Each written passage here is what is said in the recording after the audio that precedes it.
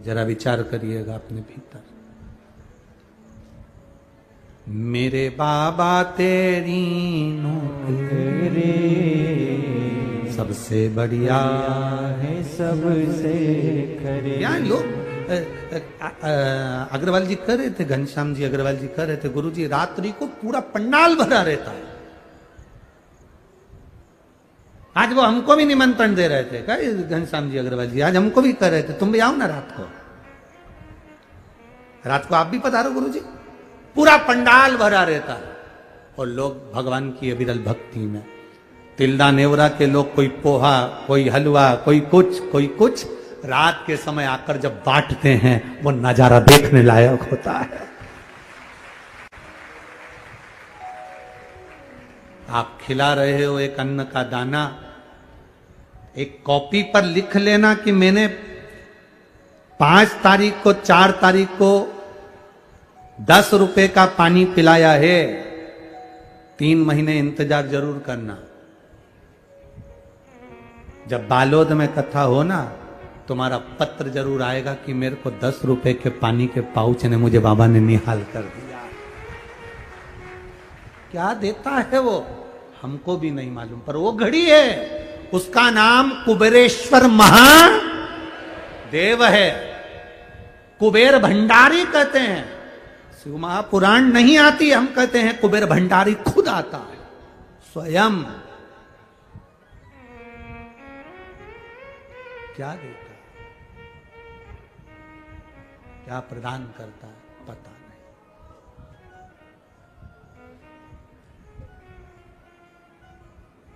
शिव कथा कह रही है, भगवान शंकर का संवाद कह रहा है। मेहनत करो, दिल से करो।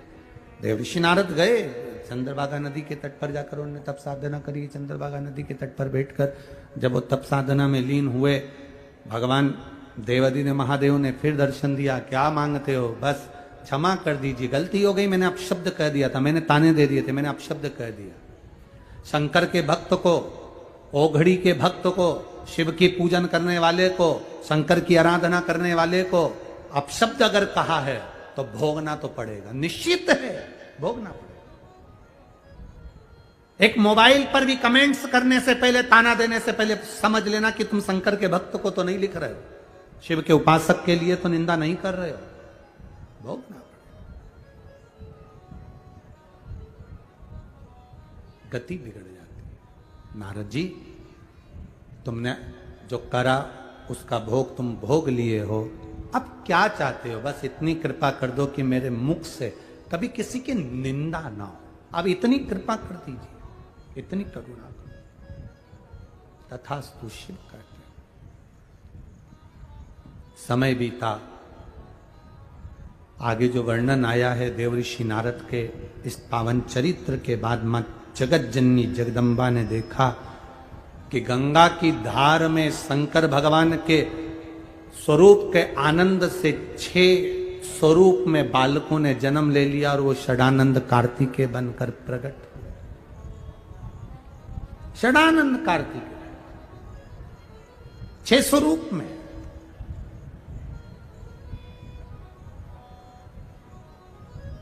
हमने जो मांगा वो कम नहीं है।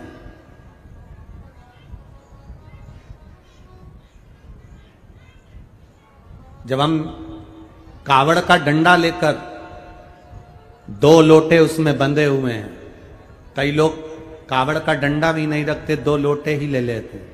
कई लोग गले में पानी की 2 बॉटल ही लटका लेते हैं।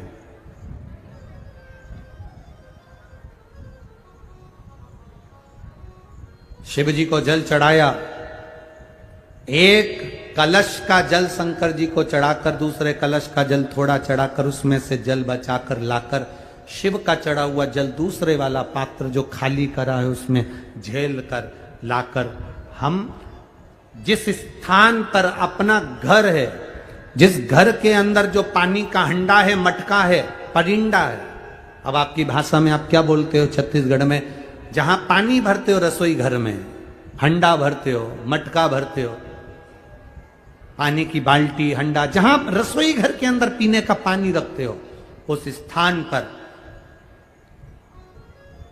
जब हम कावड़ का जल लेकर आते हैं थोड़ा सा, उसको एक कटोरी में 2 दिन तक उस कावड़ के जल को एक कटोरी में उस पानी के हंडे के पास रखते हैं, और एक घी का दीप हमें 2 दिवस तक रोज शाम के समय लगाना चाहिए। क्यों? उससे हमारे गए हुए जो पित्र हैं, पूर्वज हैं, वो जहां पर भी होते हैं उनकी मुक्ति तो होती ही है, साथ में वो हमको आशीर्वाद देते हैं, दूधो नहाओ पूतो फलो, और जीवन का आनंद सुख पा। ये हमारे पूर्वजों का फल हमें प्राप्त हो जाता।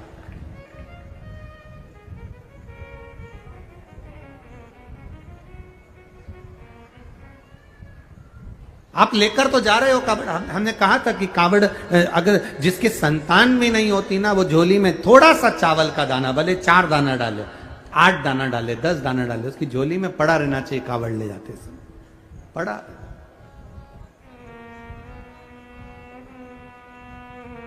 जो बेटी, जो बेटा, जो युवान बहन भाई जिस भाव से कावड़ उठा रहे हैं, वो अपने घर से जब स्वस्तिक, आप कुंकू का, रोली का, जो रोली होती है, कंकु होता है, उसका जब स्वस्तिक बनाकर जाएं, तो स्वस्तिक बनाते समय आपके मन में कामना होना चाहिए कि मेरे बाबा, मैं तेरे भरोसे पर ये कावड़ लेकर आ रही हूं, और मेरा विश्वास कहता है तो मुझे खाली नहीं छोड़ेगा। कावड़ का जल मैं चढ़ाऊंगी, और चढ़ाकर जब आऊंगी, ये मेरा विश्वास कहता है अगली कावड़ की जब तैयारी होगी ना बाबा, उससे पहले तू मेरी झोलियां खुशियों से भर देगा। ये मेरा विश्वास कहता है, ये मेरा भरोसा कहता है, ये मेरी दृढ़ता कहती है।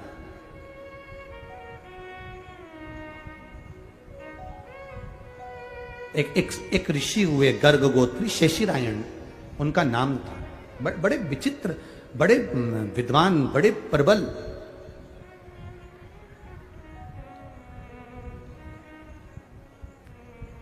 उनका नाम था शेषिरायण।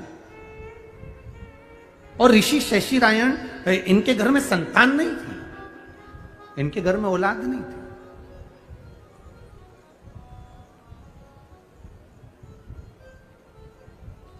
तप में लगे। त्रिगंधक राज्य के शेषिरायण जो ऋषि हैं, वो त्रिगंधक राज्य के कुल गुरु हैं।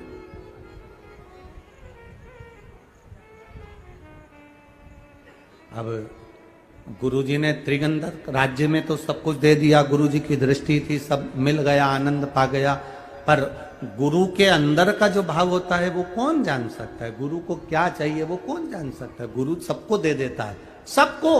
मेरा ओघड़दानी ने सबको दिया, किसी को कुबेर का भंडारी बना दिया, किसी को कुबेर का खजाना दे दिया, किसी को सोने की लंका दे दी, कहीं भस्मासुर को कंकण दे दिया, कहीं जो मर्जी पड़ी मेरे शंकर ने सबको उठाकर दे दिया, और खुद शमशान का निवास कर रहे हैं, खुद कैलाश का निवास कर रहे हैं, भस्म रपेट कर बैठे हुए हैं, आनंद के साथ आनंद में बैठे हुए हैं। तो शेषिरायण जी मुनिवर ऋषिवर जिन्होंने सब कुछ दे दिया, आज मौन होकर बैठे थे।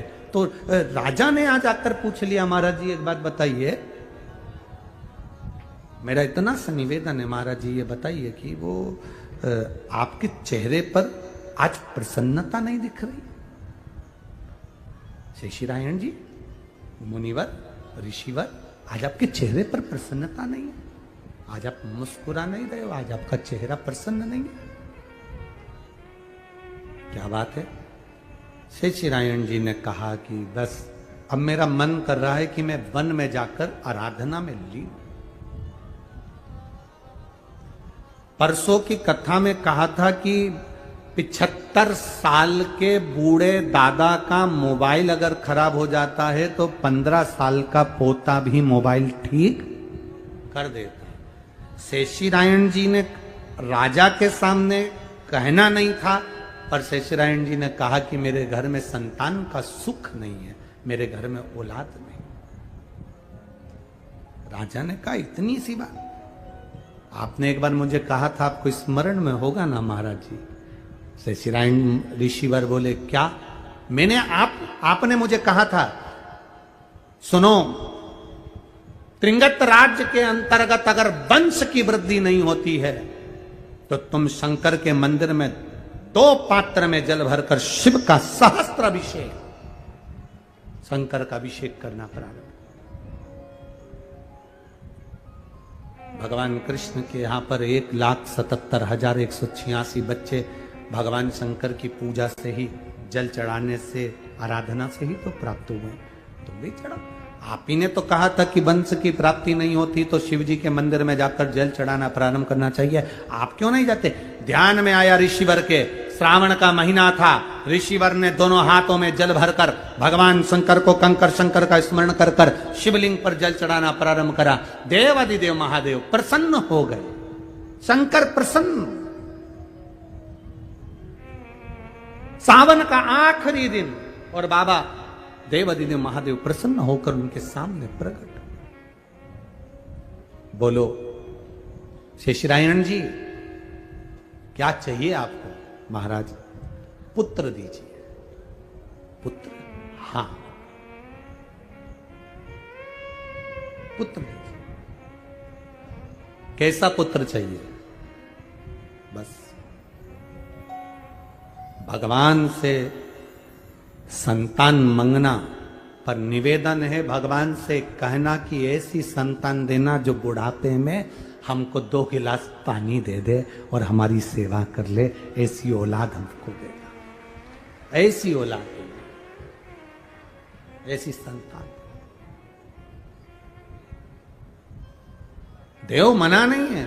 शेषरायण तुम्हें कैसी संतान चाहिए? कहा वीरों में भी वीर, प्रबल वीर, अजय, जो कभी ना मरे, जिसकी मृत्यु ना हो।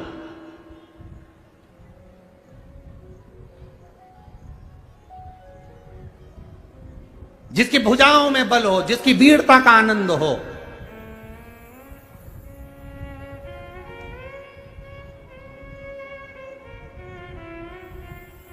कोई शस्त्र से ना मरे वो, कोई अस्त्र से ना मरे वो,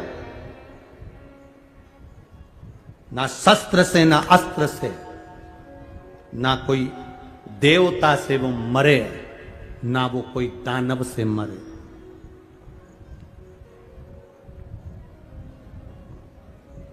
किसी शस्त्र से कोई पशु भी उसको ना खा सके, कोई हिंसक पशु भी, पक्षी भी उसको ना खाए, ऐसा पुत्र चाहिए मुझे।